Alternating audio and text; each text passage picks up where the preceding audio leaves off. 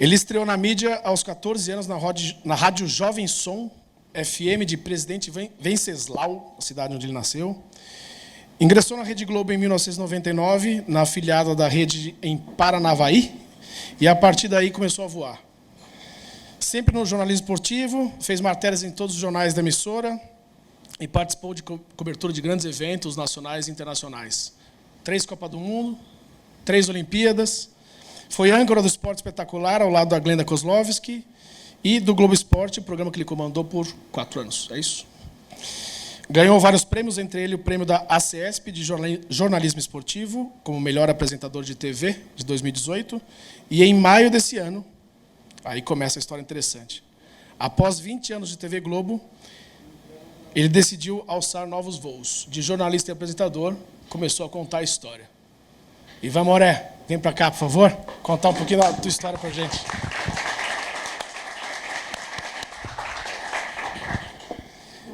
Primeiramente, muito obrigado pela presença. Começar o nosso bate-papo. Eu que agradeço. Alô? Estou muito acostumado com o microfone, né? Nunca segurei o microfone. Tudo bem, pessoal? Na verdade, eu fui convidado para esse bate-papo, para essa conversa, e eu queria deixar bem claro que eu estou aqui para compartilhar ideias, né? Eu não vou ensinar nada para ninguém. Na verdade, eu quero até aprender alguma coisa aqui. Eu vim para propor algum tipo de provocação que faça sentido para vocês e um compartilhamento mesmo de conceitos que a gente pode, a partir de agora, de repente, levar e colocar como um novo formato de mindset para a gente tentar adaptar nesse mundo que se transforma a todo momento. É basicamente isso. Antes de entrar um pouco na tua história, começando de trás para frente, 20 anos de TV Globo, num modelo corporativo que a gente, como leigo, entende como rígido. Talvez a TV Globo seja uma das mais rígidas em termos de protocolos, de regras, não sei o quê. 20 anos desse modelo e você hoje está num momento de transição. Como é que você define esse momento de vida hoje, Ivan? Olha, Celton, eu sou fruto da geração X, né? Eu não sei quem aqui se identifica como geração X. Então, eu sou do interior de São Paulo, uma cidadezinha chamada Presidente Venceslau, e eu sempre sonhei em trabalhar na TV Globo desde pequenininho. Eu falei, pô, esse é meu objetivo de vida. Mas como alcançar esse objetivo com tão pouco recurso e num centro tão distante de um centro como São Paulo, né? Então, eu fui usando os elementos que eu tinha, né? Que era o sonho, a força de vontade e estratégias a curto prazo para você colocar em prática aquilo que pode fazer sentido. E como vai fazer sentido? Você vai construindo um caminho, que eu acho que é basicamente o que a gente está vivendo hoje, né? Esse formato de comunicação que se propõe na nossa sociedade, com essa tecnologia em abundância, ela faz com que a gente se questione. Eu acho que é por isso que todos estão aqui. Está todo mundo tentando absorver e entender o que está rolando para a gente otimizar aquilo que a gente faz no nosso dia a dia. Então, depois de 20 anos, eu fui lá traçando meu sonho, comecei pequenininho, entrei numa rádio com 14 anos, que meu tio era gerente. Então, assim, troquei as aulas de tênis de futebol por trabalho. Isso me fazia sentido desde o início. E realizei um sonho, né?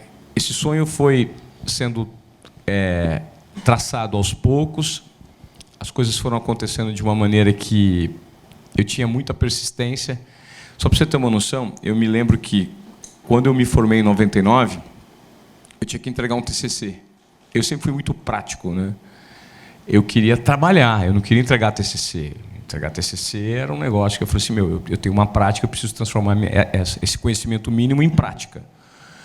E aí, nos últimos 6 meses que foi me dado um prazo para eu fazer o TCC, eu não fiz. Porque eu fiquei 6 meses procurando emprego. Eu ia em todas as emissoras de rádio, de TV, assessoria, e pedia para trabalhar de graça. Trabalhar de graça para aprender, para entender o que eles faziam, para saber como é que funcionava a metodologia, para daqui a um tempo eu começar a trabalhar. E faltando 1 mês para eu me formar, eu fiz um teste na TV Globo. Eles precisavam de um repórter. O teste foi feito na TV Globo de Londrina. Eu me formei em Londrina. E aí eu trabalhava na rádio nessa época, na rádio da universidade, no departamento de jornalismo. Eu era locutor, mas trabalhava com jornalistas. E o jornalista me falou, o Pedrinho, que era o jornalista, falou assim, eu falei, Pedrinho, deixa eu fazer esse teste, cara. Meu sonho é trabalhar na Globo, deixa eu fazer. Ele falou assim, vamos, mas eles querem alguém experiente. Não adianta você fazer o teste. Eles vão fazer uma peneira, eles querem um repórter novo, mas que tem uma experiência. Eu falei, mas deixa eu fazer o teste. Dos 16 que foram fazer o teste, só tinha um que era foca, que não tinha se formado ainda, era eu. Mas eu tinha tanta vontade, eu colocava em prática tudo aquilo que na época a faculdade me ensinava na teoria, que eu fui fazer o teste. E aí me falaram, ó, na terça-feira, se a gente não te ligar, é porque você não foi selecionado. E na terça-feira não me ligaram. E na quarta também não. Só que na quinta tocou o telefone da rádio onde eu trabalhava. Porque uma pessoa me viu e falou assim, puta, esse menino tem uma vontade, cara. Vamos apostar nele. Ele não tem experiência nenhuma. Aí foi aí que eu entrei na TV Globo. E recentemente eu saí da TV Globo, porque eu percebi que o meu ciclo se encerrou. Porque é um novo momento de vida. É um novo momento de comunicação. Eu estou vivendo um outro estágio em que eu quero continuar sendo relevante numa plataforma que também faça sentido, que não seja a grande mídia. Porque todo mundo hoje assiste TV aqui. Eu acredito que todos assistem TV. Porém, todos concorrem, todos... De repente tem gente que não assiste. Mas se você assiste, normalmente você vai estar do lado do seu smartphone e ele vai estar dividindo as atenções com o que está passando na TV. Então, esse é um dos motivos que me levaram a pensar da maneira que eu estou pensando hoje. E acreditar num outro propósito de propor relevância em relação a conteúdo e comunicação, não necessariamente na grande mídia. Não estou dizendo que eu não vou voltar. Mas deixou de fazer sentido, pelo menos por enquanto. E eu até recebi convites para trabalhar. Assim que eu saí da TV Globo, estava no processo de transição, a Record me chamou com uma proposta muito mais interessante que o da Globo financeiramente, projetos. A Band me chamou e eu achei que esse momento era o momento de eu me permitir e mergulhar de peito aberto num mercado que está sendo formulado agora. A gente está vivendo, eu qualifico como o colapso de uma civilização da informação. Porque a gente é bombardeado o tempo inteiro, existem tantas ferramentas para você propor relevância e conteúdo e assimilar conteúdo, que a gente precisa parar e pensar como nós vamos usar isso a nosso favor num curto espaço de tempo. É basicamente isso.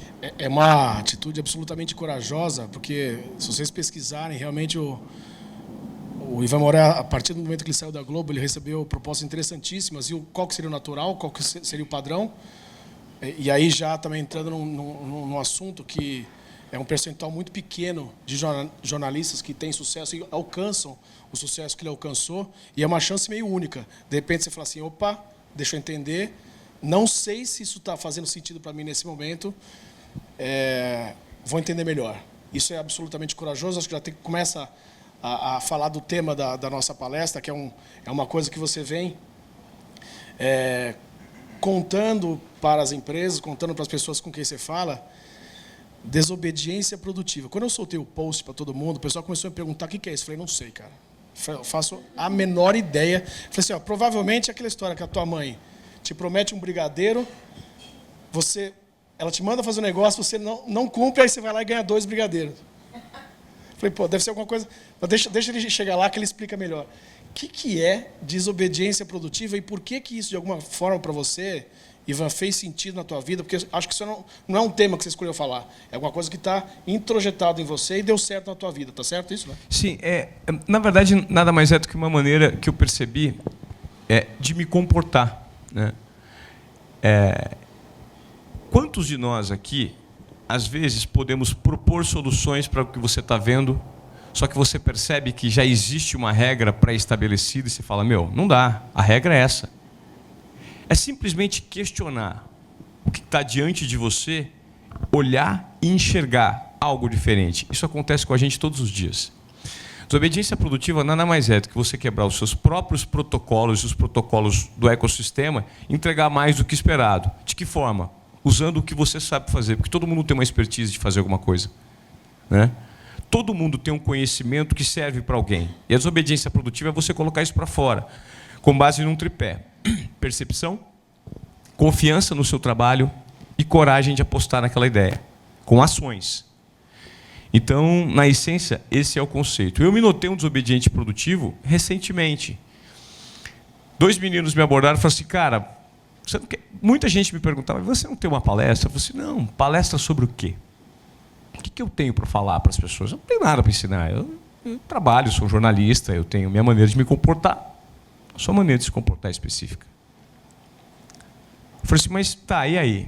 E aí nós sentamos e conversamos por 3 dias e extraímos um material chamado Desobediência Produtiva, né? Que a ideia é gerar provocações nas pessoas para que elas saiam da zona de acomodação e tenham percepção de que a gente está passando por um momento, se não o momento mais profundo de transformação da nossa sociedade de todos os tempos. Porque a comunicação e o nível de informação, de tecnologia que a gente tem à disposição é muito grande. Então, veja, hoje seria impensável eu abrir mão de trabalhar numa emissora como a TV Globo. Só que eu sou um canal individual. E todos vocês são canais individuais a partir do momento que você tem um smartphone. Você pode propor o seu próprio conteúdo, o seu próprio conceito e dividir as suas ideias. A gente conversava aqui no início sobre educação. Eu acredito que o futuro da educação está na internet. Hoje você pode montar o seu portfólio de conhecimento com tudo que está disponível na internet e se educar da maneira que você quiser, no tempo que você quiser e no formato que você quiser, né? Então, por que nós temos que acreditar que a educação hoje você precisa ir para a escola, aprender matemática, química, física? Você vai usar aquilo de forma prática para o seu dia a dia? Quanto tempo nós perdemos nos validando em processos que não faziam sentido porque estavam pré-estabelecidos e pensados por outras pessoas, né? Então, basicamente, a essência da desobediência produtiva é você ser produtivo, não é desobedecer pura e simplesmente, furar o sinal, furar a fila e dar não para... isso não, eu vou fazer sim. Mas tem que ter um propósito, que é exatamente o propósito que eu estou enfrentando agora, né? O que você está fazendo, Ivan? As pessoas me perguntam. Eu estou fazendo um monte de coisa. E uma delas é tatear esse mundo que está em constante transformação. Eu só não estou na TV hoje, mas nada impede que daqui a um mês, 1 ano, 2 anos eu esteja. Porque o meu portfólio de conhecimento está sendo colocado à prova e eu estou investindo nele. Então, o meu objetivo hoje é absorver, compartilhar informações para propor um conteúdo relevante para quem? Para os meus filhos. A partir do momento que eu vejo que eu tenho um filho de 4 e uma menininha de 6, eu noto que eles, no formato atual, eles não assistem TV. Então, será que, de repente, se eu continuar numa grande corporação, entregando todo o meu potencial de conteúdo, num momento em que plataformas de comunicação paralelas estão crescendo, eu não posso ficar para trás? A minha ideia é essa. Está sempre na vanguarda o que está sendo produzido hoje em dia, e por isso eu tento colocar em prática essa desobediência produtiva, que nada mais é do que ter uma percepção desse mundo e propor conteúdo de relevância. Quando a gente fala em desobediência produtiva para um astronauta ou para um piloto de avião, eu penso que é quase impensável esse tipo de coisa, porque ele é obrigado a cumprir protocolos e se um cara tiver uma ideia dessa, ele pode, sei lá o que pode acontecer, ele não pode. Eu estou fazendo essa analogia porque eu acho que a Rede Globo ela tem um monte de padrões e regras para você cumprir, talvez um pouco mais rígidos que nas outras emissoras. Você não vai escapar dos exemplos, cara. Dá alguns exemplos do que foi, como é que você conseguiu tangibilizar isso, viver 20 anos da tua carreira num ambiente onde você não é incitado a isso. Então, isso é um pouco antagônico, né? Dá uns exemplos para a gente. Na verdade, quando você está numa corporação que você tem que seguir um padrão de qualidade, como o padrão Globo de qualidade, né, eu sempre tive que seguir. Eu sempre fui muito questionador. Por que as coisas deveriam ser feitas daquele jeito? E de que forma eu, enquanto profissional, e vivendo num ecossistema de competitividade que eu precisava me destacar, se comparado ao repórter que está do meu lado, ao apresentador que está do meu lado, eu tinha que tirar da cartola algumas soluções específicas para aproveitar o máximo de oportunidades que eu tinha. Cara, tem um exemplo, e isso está muito contido na minha palestra, né, que é a desobediência produtiva. Na verdade, a gente está aqui batendo um papo no formato de talk show para propor algumas provocações para vocês e parte da palestra, alguns exemplos estão contidos. Vamos lá, deixa eu dar um exemplo. Vou dar um exemplo do Ronaldo. Em 2009, o Corinthians foi campeão paulista invicto. eu era setorista do Corinthians, eu trabalhava cobrindo treinos do Corinthians todos os dias. E quando você frequenta um ambiente de clube diário, que o treino é igual e repetitivo, você sempre tem que tentar fazer algo diferente, porque o noticiário também é diário. E se você todo dia repetir a velha história de que quem joga na direita, quem joga na esquerda, que o treino foi assim, que o treino foi assado, você não vai sair do lugar comum e você não vai atingir um nível de interesse do público que te acompanha. Então a ideia é você entregar mais do que esperado. E o Ronaldo veio jogar no Corinthians na época. Ele tinha vivido uma carreira inteira fora do Brasil, partiu daqui com 16, 17 anos, e ninguém na época, em 2009, as redes sociais não eram desenvolvidas, ninguém conhecia o Ronaldo de perto, jornalistas brasileiros, com exceção de 2 que cobriam a seleção brasileira, que era o Mauro Naves e o Tino Marcos. E o Ronaldo veio jogar no Brasil e falou assim, pô, eu preciso me aproximar desse cara para fazer para ter um network com ele. Se de repente ele confiar no meu trabalho e se ele souber do nível de vontade que eu tenho de fazer coisas diferentes, talvez ele me dê uma atençãozinha. Mas como me aproximar? Já existia na época, em 2009, os assessores de imprensa que bloqueavam muito a relação do jornalista com os atletas. E todos os dias eu ia cobrir treino do Corinthians e o Ronaldo falava, ele falava numa entrevista coletiva, a gente era, depois que acabava, impedido de se aproximar do cara, de pegar na mão do cara, não existia isso. Falei, cara, eu preciso encontrar uma maneira de me aproximar desse cara. Pois bem, o Corinthians foi campeão em 2009, invicto do Campeonato Paulista. E eu fui escalado para fazer a festa do título numa boate no centro de São Paulo.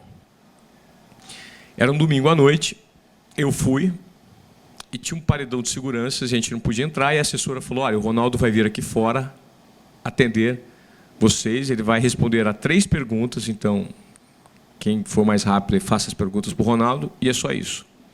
Eu fui lá, segurava o microfone da minha emissora, e, pumba, fiz as 3 perguntas. Tinha um monte de gente, todos concorrentes. Eu peguei, fiz as 3, aproveitei que ele olhou para mim, eu precisava fazer 3, ele pegou e respondeu as minhas 3.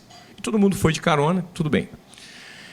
Eu tinha o que eu precisava, fiz a reportagem, voltei para a TV, isso era 1h30, 2 da manhã.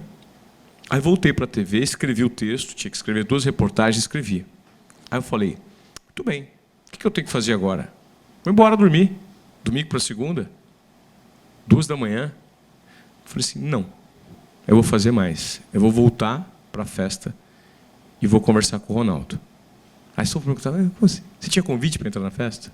Não. Eu falei, não, eu quero algo mais, é a oportunidade que eu vou ter. Aí voltei para a festa. Cheguei lá, os seguranças. Eu falei, como é que eu vou entrar nessa festa, cara?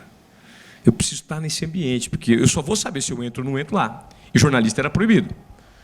Aí mudei de roupa, cheguei lá, fiquei dando uma olhada, disfarçado. O segurança me olhava, olhava para o segurança. Até que passou o empresário de um jogador, que era o goleiro da época, o Felipe, o empresário do Felipe, passou. Falei, Ivan, tudo bem? Eu falei, Marcelo, tudo bem. Fingi que estava no telefone. Está fazendo o quê? Eu falei, não, estou esperando, vai entrar? Eu falei, estou esperando um amigo meu que estava...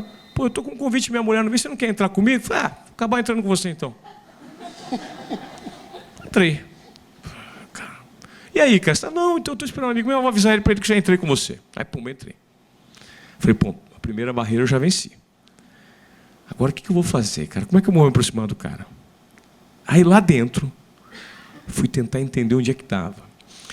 Uma festa chique. E o Ronaldo, na época, pô, chegou celebridade, amigo de todo mundo, ele estava no último camarote, do lado direito, rodeado de gente conhecida de celebridade. Eu falei, ai, meu Deus do céu, o que eu vim fazer aqui, cara? Como é que eu vou abordar esse cara? Como eu vou me aproximar dele? E o que eu vou falar? Eu falei, não interessa, eu vim até aqui, eu preciso me aproximar do cara. E fiquei ali respirando, pensando, quebrando a cabeça, e conversava com um, conversava com outro. Aí tinha um outro jogador que eu conhecia. Fala, Ivan, o que você está fazendo aqui? Eu vim conversar com o Ronaldo. Com o Ronaldo? Mas o Ronaldo está lá em cima, naquele camarote cheio de celebridade lá. Eu falei, então. Eu falei, cara, o que eu vou fazer? Aí respirei fundo, montei uma estratégia. Falei assim, vou esperar ele no banheiro. Aí ele foi uma vez, voltou. O cara não tem sossego, né? Aí foi uma vez, voltou, eu peguei e não tive coragem. Aí tomei uma dosinha de uísque, falei assim, na próxima vez eu vou, cara. E fiquei ali pensando no formato que eu ia abordá-lo. Aí, quando ele, mais uma vez, ele saiu para ir no banheiro, quando ele foi sair, eu cheguei.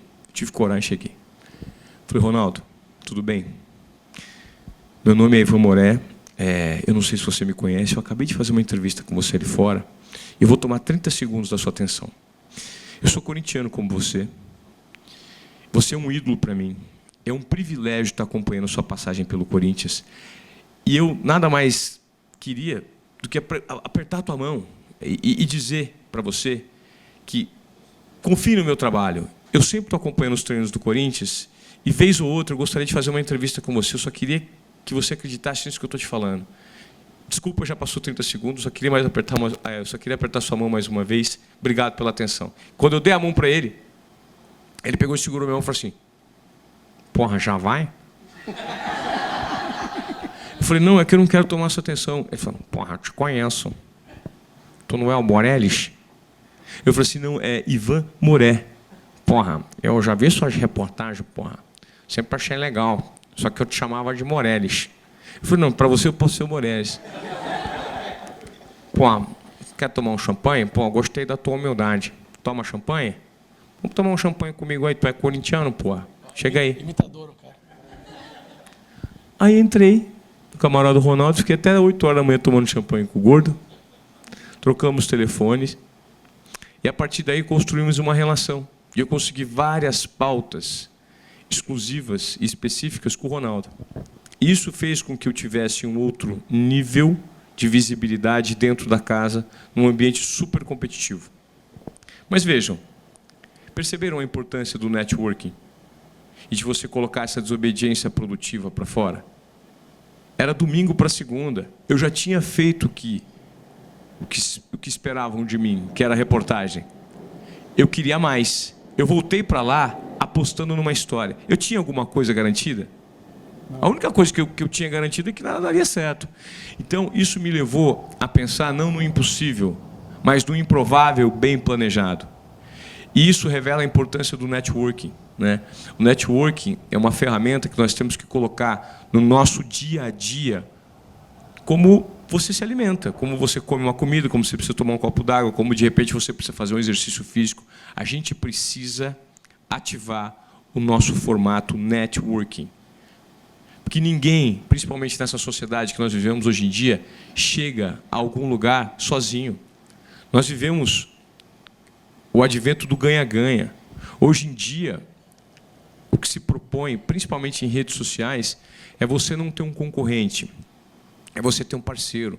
Se alguém atua no mesmo nicho que você, a ideia é que quem chegou de novo, você dá as mãos para que juntos vocês construam algo forte e relevante para que o seu nicho tenha mais visibilidade.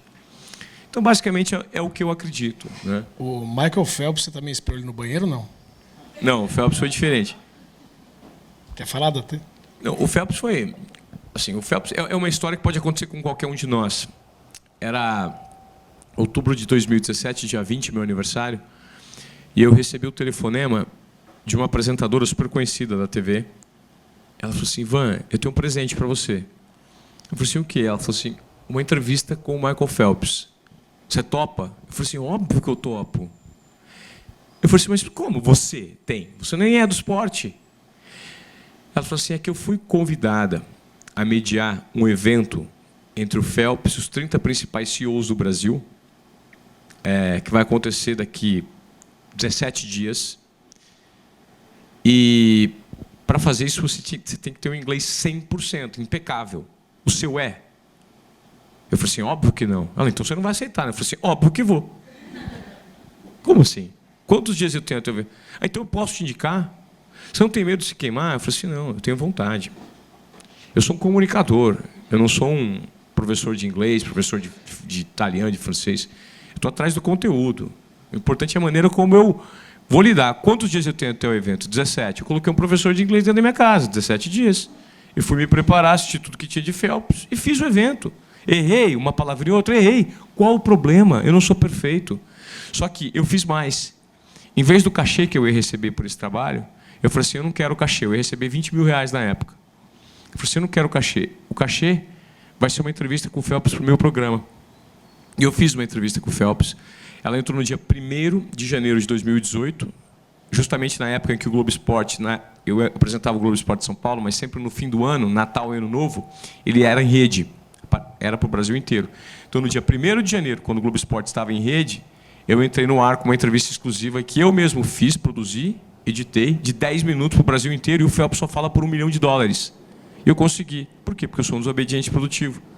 Concorda que se eu estivesse na mesma zona de conforto, de acomodação, porque zona de conforto é um lugar que a gente sempre fala que a gente luta por conforto a vida inteira. Você quer o quê? Você quer quebrar protocolos? Isso para você ter conforto na vida, né? Pelo mínimo de conforto a gente quer. A zona de acomodação.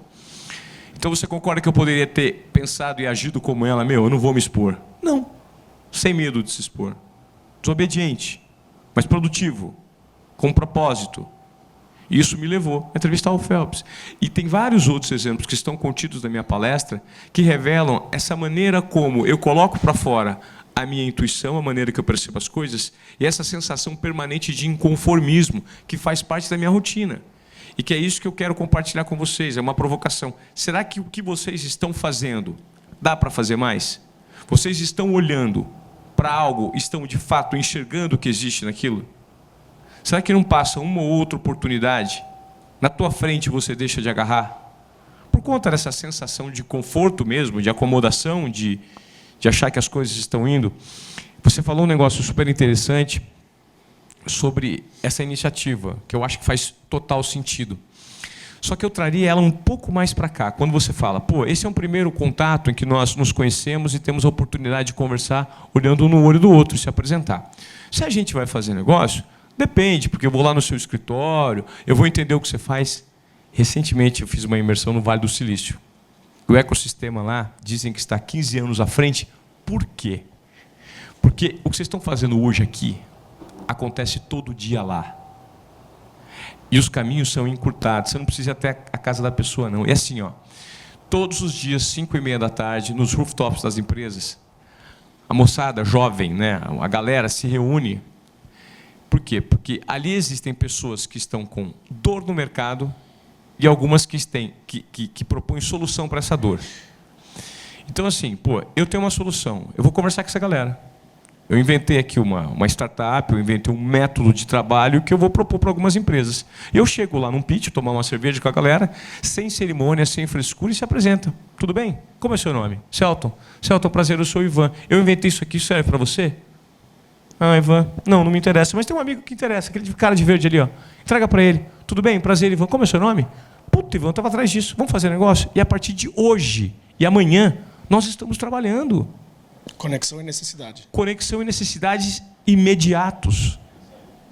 Então, assim, vamos nos dispor a pensar dessa maneira rápida, ágil, diminuindo barreiras e quebrando protocolos? É basicamente o ecossistema do Vale do Silício. Eles trabalham assim. Na parte de comunicação, o que eles estão falando lá? Comunicação do futuro, o que vem por aí? Porque isso que eu acho que, principalmente na tua área, assusta muito a velocidade como as coisas mudam, né? E se você parar para pensar o que aconteceu, até a televisão aberta, os canais de streaming, Netflix, está tudo mudando muito rápido. O que eles estão falando lá? A transmissão via internet, ela é uma realidade, né? E a maneira como pipocam aplicativos que propõem conteúdo também chama muita atenção da gente. Mas o que eu acho mais interessante é a gente pensar no mindset das pessoas. Como as pessoas precisam se comportar hoje no dia a dia, fazendo parte ou não de uma grande corporação, para que ela tenha êxito na rotina de trabalho e esteja sempre conectado com o que vem pela frente. Eu noto que a comunicação interna das grandes empresas ela é muito importante, não só o network interno. Eu fiz um treinamento em Stanford com um professor chamado Jeff Kabili, e ele me explicou um termo que passou a ter muito sentido. Ele chama de Liquid Workforce, que nada mais é do que hoje, nas grandes corporações, você fazer grupos de trabalho que se entrelaçam momentaneamente. Então, por exemplo, vamos supor que nós fôssemos uma empresa aqui, todos membros de uma empresa. Você trabalha numa área, ele trabalha em outra, ele trabalha em outra, ele trabalha em outra. Vamos entrelaçar todo mundo para propor soluções semanais, diárias, mensais para essa empresa? E o que ele falou que chama muita atenção, que empresas com um grande estágio evolutivo de profissionais com expansão de consciência são profissionais que estão se agrupando por squads, que são pequenos grupos de até 4, por afinidade. Então, você não necessariamente precisa de um gestor para apontar, de acordo com o ponto de vista dele específico, o que ele acha que vale. Porque ali ele pode ter um julgamento subjetivo e viciado. Então, as grandes corporações hoje estão conseguindo embutir, implantar no ecossistema e na metodologia dos funcionários para que vocês, se eu sou o CEO, vocês se agrupem por afinidade para entregar soluções para as dores que a empresa está sentindo. Então, basicamente, é isso que a gente nota lá. Como você constrói um ecossistema assim? Principalmente baseado no feedback. Uma coisa que me chamou muita atenção no Facebook, eles têm um campus super interessante lá em Melon Park, em que as pessoas não necessariamente estão preocupadas com o que vão comer, com o transporte, que ele tem que pegar ônibus para ir, com o trânsito. O Facebook disponibiliza comida grátis e transporte grátis para todos os funcionários. Então, se você mora ali na região, todo dia de meia em meia hora vai passar um ônibus do Facebook para te pegar, para você trabalhar. Porque transporte não tem que ser a sua preocupação, você enquanto colaborador da empresa. E você tem que ter um propósito alinhado com aquilo que você está fazendo. E algo que me chamou a atenção, na maneira como eles lidam no dia a dia, é o feedback diário. Todas as pessoas no Facebook, quando elas estão trabalhando ou não, ou estão no momento de lazer, o cara vai tomar um café, vai tomar uma água, vai tomar um lanche, vai almoçar, eles só andam em duplas. Vocês sabem por quê? Por conta do feedback. Quando você anda em dupla, vamos tomar um café, você trabalha comigo, o que você está achando do meu desempenho? Quando você está em 3, você pode ter a oportunidade de que a ideia central, que é o feedback imediato, escape e vá para um outro setor. Pode ter uma participação subjetiva quando você divide até 3 cérebros. Então, lá, em dupla, o feedback é sempre diário. E a divisão de tarefas e de ideias é sempre pensando um no outro. A troca é o tempo inteiro. Troca o tempo inteiro e com uma atenção maior. Né? Então, assim, eu só tenho você para conversar e você só tem a mim para ouvir naquele momento. Como é que você acha que isso... Porque eu acho que quando a gente transforma essas ideias todas para o corporativo atual, e a gente fala de tendências, e a gente vê muitas empresas que... a gente já trouxe palestrante aqui falando disso, as empresas que não acordam para o que está rolando, e aí não tem necessariamente a ver com o produto que ela está vendendo, ao que ela eventualmente dormir no ponto em relação ao mercado, mas esse negócio de relação humana e essa questão da troca, das necessidades, como é que você vê isso que você falou sendo executado na prática para evitar que as empresas não durmam no ponto nesse aspecto? As empresas mantenham-se conectadas com as próximas gerações que estão falando isso aí. Eu acho que o ambiente corporativo hoje ele tem que ser cada vez mais aberto, com possibilidades para quem chegou recentemente propor aquilo que ele tem de conteúdo, né? E de repente algumas metodologias e algumas formas hierárquicas de gestão impedem que o conhecimento circule dentro da empresa. Eu trabalhei na TV Globo por 20 anos, eu notei que recentemente, para eu conseguir fazer alguma coisa, para conseguir levar um entrevistado lá, por exemplo, o Desimpedidos queria fazer uma matéria comigo. Eu precisava mandar um e-mail para o editor-chefe do programa, que mandava para o chefe de redação, que mandava para o RH, que mandava para a CGCom, que mandava para a nossa direção, e aí tem 3 níveis de direção. Então, assim, eram 10 pontas que você tinha que ligar, um mês para você aprovar. Um negócio simples e um conteúdo que poderia ser usado para propagandear a própria TV. Ou seja, existia o interesse de todos, mas existia um processo tão ultrapassado que você precisava necessariamente validar algumas hierarquias que não fazia sentido. Que o próprio processo em si matava o produto. Né? Então, o questionamento que eu faço é, de repente, as corporações que vocês estão trabalhando não têm processos engessados nesse formato? Que você tem que passar, quebrar, mandar, aprovar, fazer. De repente, o propósito é muito mais simples.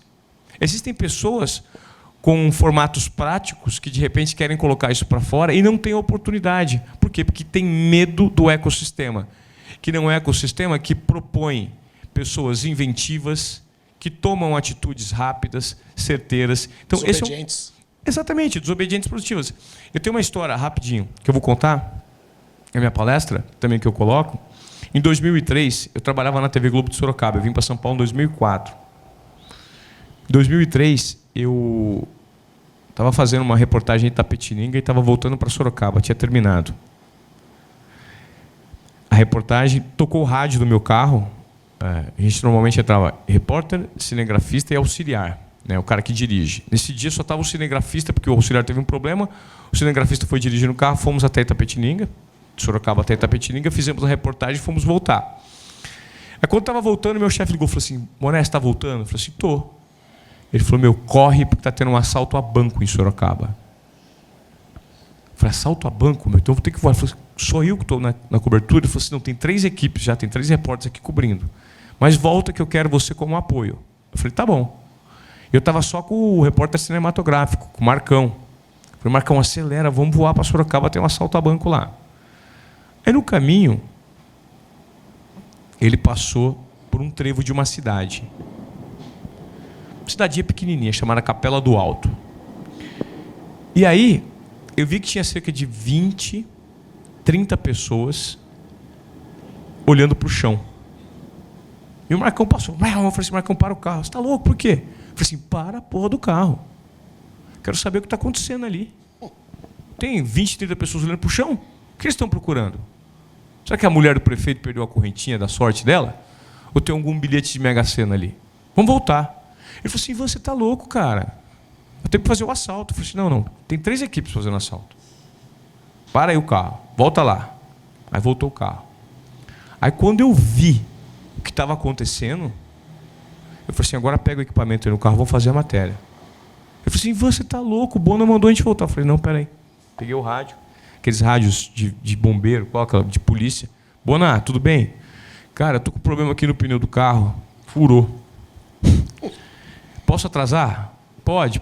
Já nem precisa correr, não vai fazer cagada na estrada. Já acabou o assalto, fica na boa. Aí consegui validar o que eu queria, que era fazer aquela reportagem. Alguém já ouviu falar de formiga tanajura? Içá? Bunda grande. Aquela bundinha é uma iguaria, cara. Aquilo é absurdo. E aquilo você não encontra assim facilmente. Aquilo surge depois de uma chuva de trovoadas, com muitas trovoadas, entre setembro e novembro, no interior do Brasil. E não existe um lugar específico para elas aparecerem. Elas apareceram aí nessa cidade chamada Capela do Alto.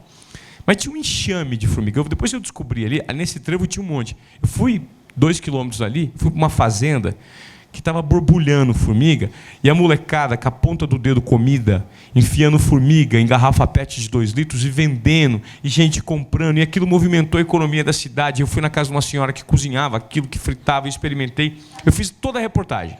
Fiquei 1h30 fazendo aquilo. Porque eu acreditei que aquilo era interessante. Quando eu chego em Sorocaba, 3 horas depois do previsto, meu chefe: onde você estava, Moré? Porra! Falei: desculpa, cara. Porque eu vou trocar o pneu, demorou 3 horas. Falei: não, mas eu te trouxe isso aqui, ó. Vê se serve. E mostrei, na época, né, a fita para ele. Você fez a revoada dos içás, Moré? Revoada? Isso aqui é a revoada dos içás. Falei assim: sim.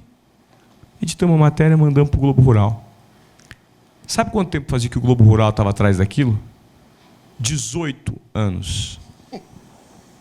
Por quê? Porque os caras estavam esperando pegar uma situação que tivesse um lugar com muita formiga. Por quê? Porque não dá para fazer uma reportagem e marcar com as formigas.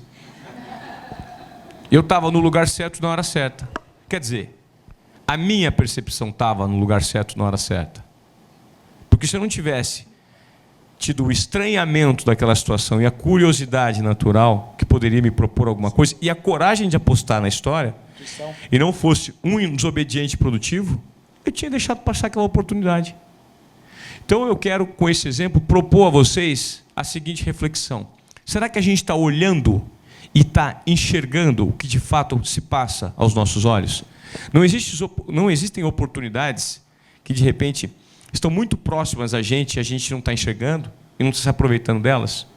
Então, esse é o questionamento que eu levo insistentemente na minha maneira de trabalhar e que eu quero propor aqui, como uma reflexão. Então, assim, é um compartilhamento de ideias. Eu não vou ensinar nada para vocês. Eu só quero gerar esse incômodo, porque todos nós temos, às vezes, situações que podem nos levar para outra situação. Já está gerando. Presidente, nós estamos em cima do horário, no time, mas eu queria combinar um negócio com vocês aqui, que eu acho, se todo mundo topar, a gente atrasar 10 minutos do final da nossa reunião, porque eu queria abrir para perguntas, que eu acho que é muito justo as pessoas participarem, deve ter um monte de coisa aí para a gente conversar, então a gente esticar mais 10 minutos, não, eu levo lá, fica tranquilo. Levantem as mãos, 10 minutinhos, beleza, gente, para a gente esticar um pouquinho, terminar 9h10, tá bom? Pode? Ele falou que pode perguntar o que quiser, menos o time que ele torce, que jornalista esportivo não pode. Parabéns pela apresentação, muito valioso. Me estimulou em muitas coisas aqui o que eu tenho feito na minha vida, nessa transição de carreira. Há 4 anos eu tenho uma empresa de treinamentos e há 19 eu sou dentista de formação, né?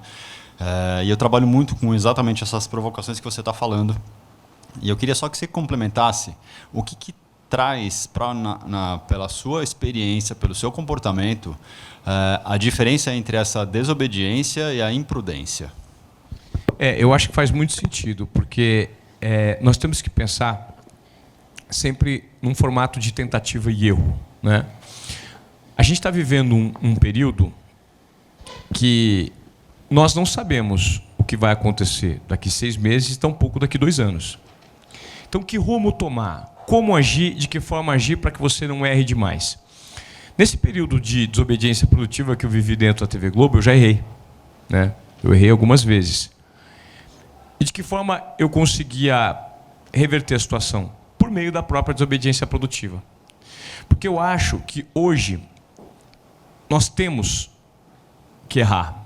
O erro e as métricas que você tem por meio das experiências que você coloca em prática, elas vão te guiar para uma solução mais assertiva, né? Tudo que está sendo realizado hoje, veja, o próprio Instagram, ele lida com um algoritmo, né, que nada mais é do que um acerto que você tem, que ele valoriza determinados tipos de perfis ou de conteúdos que são produzidos naquela época. O Instagram vive se adequando de acordo com as métricas dele. Então, assim, se de repente ele inventa um formato que não dá certo, eles têm que se reciclar rapidamente. E um conceito que eu aprendi lá no Vale do Silício foi exatamente esse. Fail fast. O erro é muito importante. O que talvez você diria como imprudência pode ser uma desobediência produtiva que ela passe do ponto e se transforme em alguma coisa que não gerou resultado, gerou dor de cabeça. Faz parte. O importante é o fail fast. Ou seja, erre rapidamente. Porque é por meio do erro que você gera aprendizado. E por meio do aprendizado, você encontra soluções e ferramentas para da próxima vez você acertar um sarrafo mais alto, né? Talvez esse seja o principal formato que eu absorvi lá. E não existe errar, todos vamos. Aliás, muito mais do que acertar. Mas é por meio deles e graças a eles que a gente vai conseguir se reciclar, gerar aprendizado e um trampolim para o próximo acerto. Agora sou eu. Adorei o que você falou, inclusive eu tenho uma experiência bastante grande nessa área, porque eu fui sempre desobediente dentro da empresa. Tá bom? O conceito de ganha-ganha, eu acredito. A desobediência, acredito, porque eu já pratiquei muito sobre isso. Tá? Agora, o que eu queria ver com você é o seguinte, que você está saindo de uma área, tá certo? Indo, como você disse, um novo caminho. E eu queria ver o que você imagina com a advinda da inteligência artificial junto com a tua colocação. Veja, eu estou dentro do meu processo, né, de ampliar os horizontes por meio da comunicação. Eu não estou necessariamente abandonando o esporte, a comunicação e o jornalismo, não. Eu estou com 2 podcasts, um chamado Desobediência Produtiva, que a ideia é dividir conteúdos e conceitos com pessoas que são disruptivas no mercado. O Desobediência Produtiva. Quem ouve podcast aqui? pouca gente, né? O podcast nada mais é do que um produto gravado e compactado de rádio. Assim como o YouTube é um produto de vídeo, o podcast é um produto de rádio. Onde você encontra? Nas plataformas digitais que tem hoje. Deezer, Spotify, Apple Podcasts, Google Podcasts. Aí você vai lá e clica Desobediência Produtiva. Isso é um material que você pode consumir e ouvir algo que seja relevante na sua vida. Então, por exemplo, Desobediência Produtiva, eu entrevisto toda semana alguém disruptivo do mercado corporativo. E tem o Qual é Moré. O Qual é Moré é meu podcast sobre esporte, que eu entrevisto sempre figuras super interessantes do mundo do esporte, mas com um viés diferente. Eu sempre tento extrair dos personagens do esporte alguma coisa que eles nunca falaram. O Felipe Massa, por exemplo, foi conversar comigo esses dias atrás. Ele estava me falando que, na época que ele já estava na Fórmula 1 e o Lewis Hamilton ainda era juvenil, estava na Fórmula 3, ele uma vez foi sair de Mônaco com o Nicolas Todd, que é o filho do Jean Todt, e eles estavam no Porsche, e eles iam até uma cidade próxima porque eles iam para uma festa. E só cabia 2 pessoas, porque o Porsche atrás é apertadinho, e o Hamilton queria ir. Só que o Hamilton era juvenil. E ele pegou e colocou o Hamilton atrás, foi apertando o Hamilton. Ai, meu joelho, Massa, ai, meu joelho. Ele falou assim, não, fica quieto, você é juvenil. Foi judiando do cara até lá. Aí o dia que o cara foi promovido para a Fórmula 1, ele falou assim, Felipe, você sempre me zoou muito, né? Agora eu vou ganhar tudo de você na Fórmula 1. E o Massa falou assim, você é juvenil, você tem que comer muito feijão para chegar até mim. O Massa falando isso. Então, assim, é uma nova maneira de você entrevistar e propor conteúdo e extrair de uma pessoa. É mais interessante ouvir isso do Massa ou ouvir que coisas que ele já falou e que já são conhecidas do grande público? Então, quando você me fala, o que você pretende fazer daqui para frente, como a inteligência artificial está aí para ajudar? Muita gente coloca a culpa, nos momentos que a gente está vivendo hoje, por tudo que dá errado na tecnologia. Né? A inteligência artificial está aí para facilitar a vida de todo mundo. O único problema é nós, seres humanos, que construímos a inteligência artificial, nós temos que aprender e moderar qual é o uso adequado dessa tecnologia. A gente conversava com o Celton, a gente está num período de tanta transformação que nós não sabemos o que vai acontecer numa geração hiperconectada de crianças que nasceram assistindo isso aqui. Tem pais que colocam iPhones e tablets para as crianças durante o jantar, o dia inteiro. Tem criança que o dia inteiro nisso. Será que isso, num curto espaço de tempo, não pode ser nocivo na formação intelectual e cognitiva de uma criança, já que dos 3 aos 8 anos é o momento e o período que a criança vive e desenvolve a parte lúdica dela? Será que de repente não é melhor ler um livrinho? Mas isso não foi testado. A gente está vivendo a tentativa e erro de uma civilização. Então, assim, o cigarro, que eu falava para o Celton, quando ele surgiu, ele era estimulado. Todo mundo fumava no avião, as grávidas fumavam. Né? Existe uma placa. Esses dias eu conversei com um amigo meu que falou, Ivan, lá no Rio de Janeiro ainda existe na Secretaria de Educação uma placa que diz, comprovada, acho que é de 1950, cigarro não faz mal à saúde. Por quê? Porque não existia ainda um tempo hábil para fazer os estudos suficientes que provavam que o cigarro não fazia mal. E até que ponto essa tecnologia em excesso, que é usada pelos seres humanos, não faz mal, de repente, para uma criança? Eu tenho certeza que faz, e daqui a um tempo vai existir. Se não fizesse o Mark Zuckerberg e todo mundo que é dono dessas grandes corporações que propõem essa inovação, eles não impediriam os filhos de usarem. O filho do Mark Zuckerberg é criado numa escola em que ele aprende a pescar e caçar o próprio alimento. E tem contato zero com telas. Por quê? Algum estudo tem por trás disso. Então, ela vai fazer mal à tecnologia? Sim, desde que não exista um questionamento para que você use com uma certa parcimônia essa tecnologia. Né? Então, a gente está num futuro incerto. E tudo vai ser feito e cravado, o que é certo e o que é errado, por meio de tentativa e erro. São experimentações que nós temos que fazer. Assim como eu estou fazendo uma nova experimentação. Porque tudo que existia de sentido para mim, ele fez por 20 anos. A única coisa que eu sei agora é que eu não quero mais trabalhar naquele formato, porque não estava me dando mais satisfação. Isso não significa que eu não possa voltar para ele daqui a um tempo, mas eu estou tentando descobrir e tatear esse mundo de comunicação e de inovação que está ao meu redor para me reciclar e para ser relevante para as próximas gerações. Fez algum sentido a resposta? Eu próprio tenho algumas dúvidas de como fazer a pergunta e como se encaixar. Você falou esta parte de educação, de crianças, de nova tecnologia, de comunicação, e há várias mudanças. E uma das coisas que a mim me faz confusão, como pessoa, como empresário, como pai, é a parte da informação. A quantidade de informação do noticiário, de você conhecer o que é que está acontecendo no mundo, o que é que está acontecendo nos países, o que é que está acontecendo na educação, o que está acontecendo na ciência, etc. Isso tem muito a ver com a geração como a minha, que aprendia isso no noticiário. Mal ou bem, todo mundo estava na sala, era um canal ou dois, e eu via esse noticiário porque fazia parte do programa. E mal ou bem, as crianças ouviam outros temas. Hoje, a maior parte das pessoas, elas escolhem o que querem ouvir. Elas não ouvem assuntos diversos. Elas ouvem o que lhes dá prazer ou o que precisam naquele momento. O que é que isto tem de impacto nesta formação abrangente da população, de ter conhecimento mais aberto, mais disperso, e como acontece, e o que é que vai acontecer com o noticiário? É uma coisa que vai acabar? O que é que você... Eu acho que está cada vez mais segmentado, mais nichado. Se você quiser acompanhar um jornal de direita, você vai no YouTube e você vê um jornal que só vai falar direita, só o que você quer ouvir.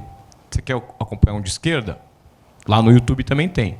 Ou seja, a internet hoje disponibiliza um portfólio absurdo, enorme, de informações em que você vai querer se educar de acordo com aquilo que te faz sentido. E você pode hoje montar um portfólio de educação na internet. Você pode fazer um curso à distância daqui do Brasil em Stanford. Você pode acompanhar o que está acontecendo de novidade no mundo por meio da internet. Então, a disponibilidade de informação hoje é enorme.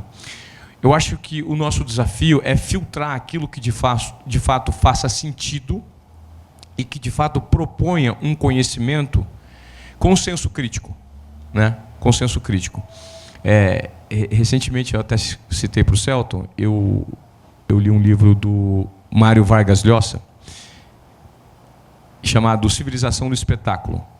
E ele diz nesse livro que hoje muita gente, com essa quantidade enorme de informação disponível na internet, ficou mal acostumada. É a cultura da impaciência, né? Você não tem paciência. Se um site demora 3 segundos para carregar, você já muda. E hoje as pessoas não estão mais interessadas em doar o seu tempo para alguma coisa que exija uma paciência maior, um esforço mental. A cultura audiovisual, em que você consome produtos prontos e que tem que fazer sentido imediato por meio de vídeo, de áudio, alguma coisa que te faça rir, está fazendo com que a gente perca um pouco da essência de uma educação um pouco mais voltada para... Poxa, eu vou me debruçar sobre um livro, eu vou ter que ter paciência. Se o cara escreve de uma maneira diferente, eu vou me propor a entender a maneira que ele escreve e vou ter um exercício de paciência. Vocês pararam para notar a importância do tédio na formação de uma criança, ou da gente mesmo?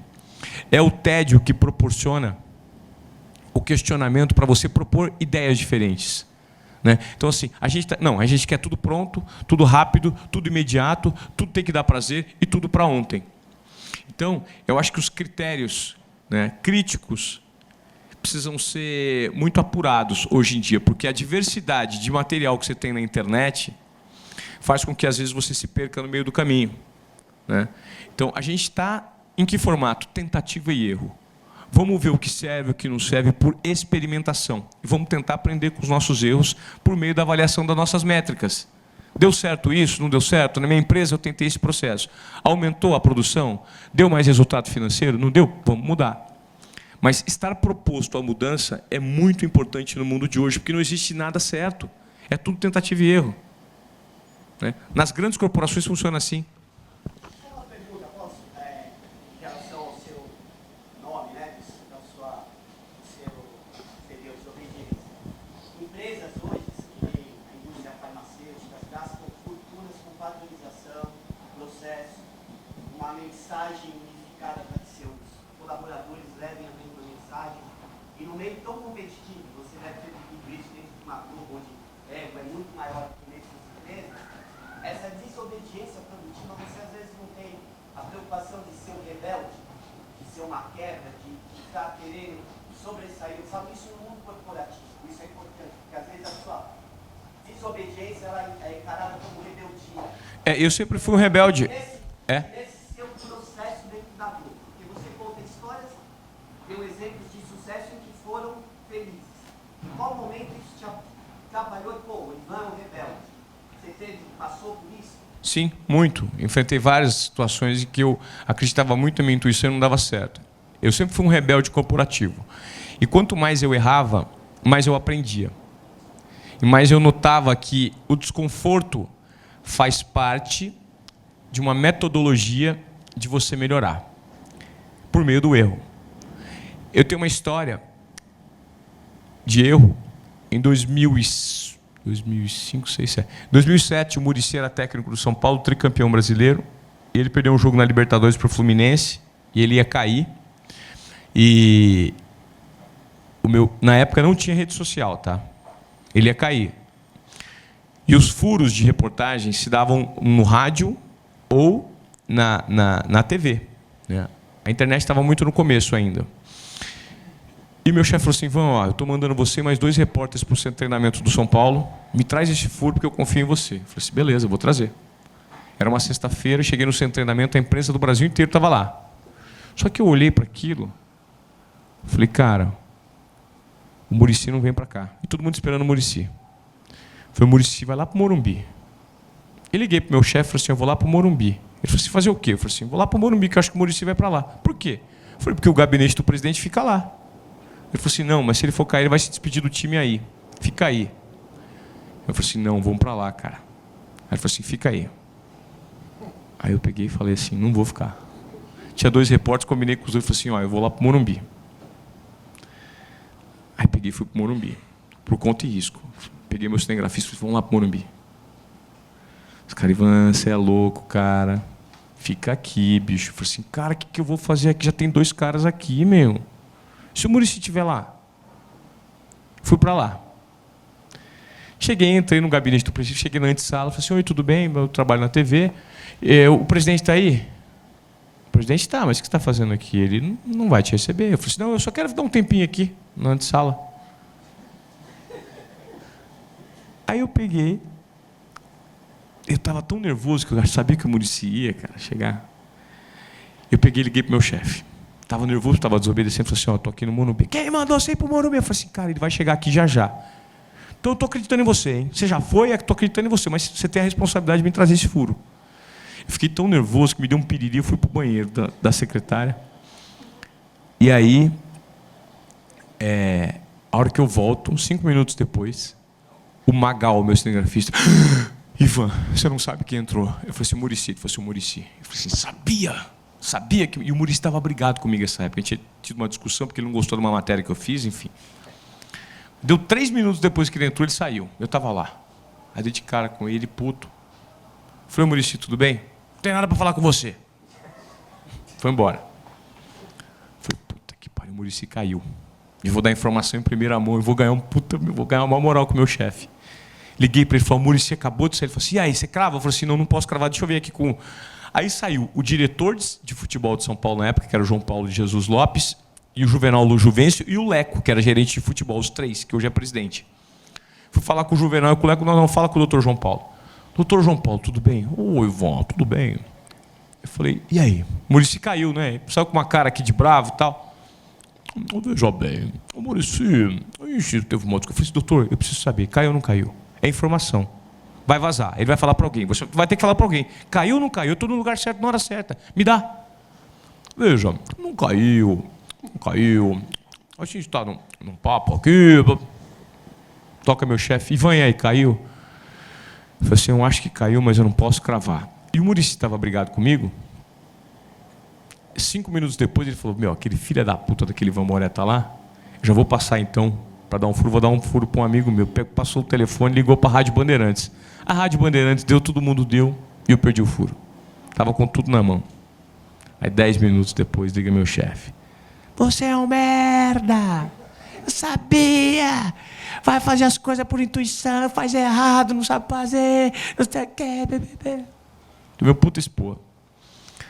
Uma semana depois, estava no centro de treinamento do São Paulo, encontrei o Dr. João Paulo. Falei, doutor, e aí? Tudo bem? Oi, Ivan, tudo bem. Falei, aquele dia o senhor mentiu para mim, né? O senhor mentiu para mim e quase custou meu pescoço. Eu ia ser demitido. Meu diretor quase me matou. Não, mas se você for demitido, eu te arrumo um emprego na cultura. Eu falei, eu não quero trabalhar na cultura. Eu queria que você me falasse a verdade. Oh, mas veja bem, então, de fato, eu me equivoquei com você, você me desculpa.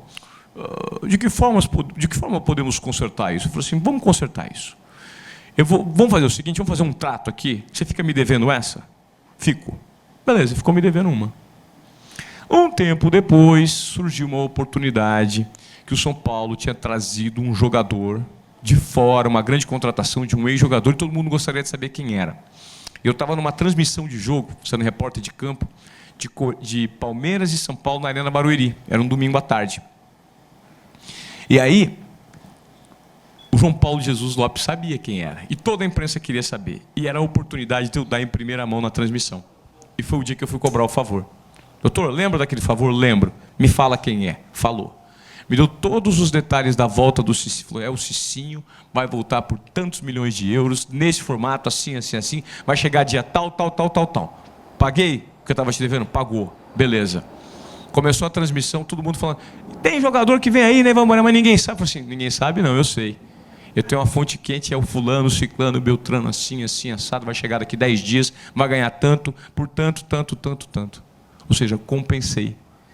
De um erro que eu tive lá atrás, eu gerei a oportunidade de superação, por meio da desobediência produtiva. Agora, quando você está numa empresa rígida, formada por método, a metodologia tem que ser a valorização da intuição do funcionário, do colaborador. Porque, de repente, o cara tem uma ideia e ele não pode ter barreiras para propor a solução que, de repente, ele gerou. E propor a ideia dele para o grupo para ver se faz sentido. Você não pode ser morto pela corporação e pelos protocolos internos.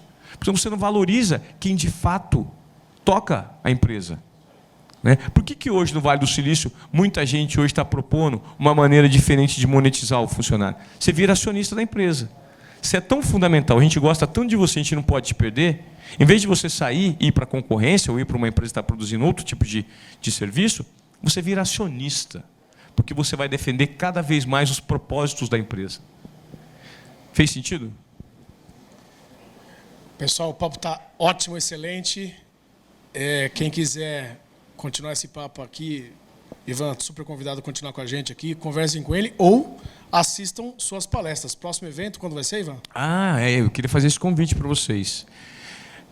Quinta-feira agora, dia 7, a partir das 2 da tarde, eu vou estar no Welcome Tomorrow, na Expo São Paulo.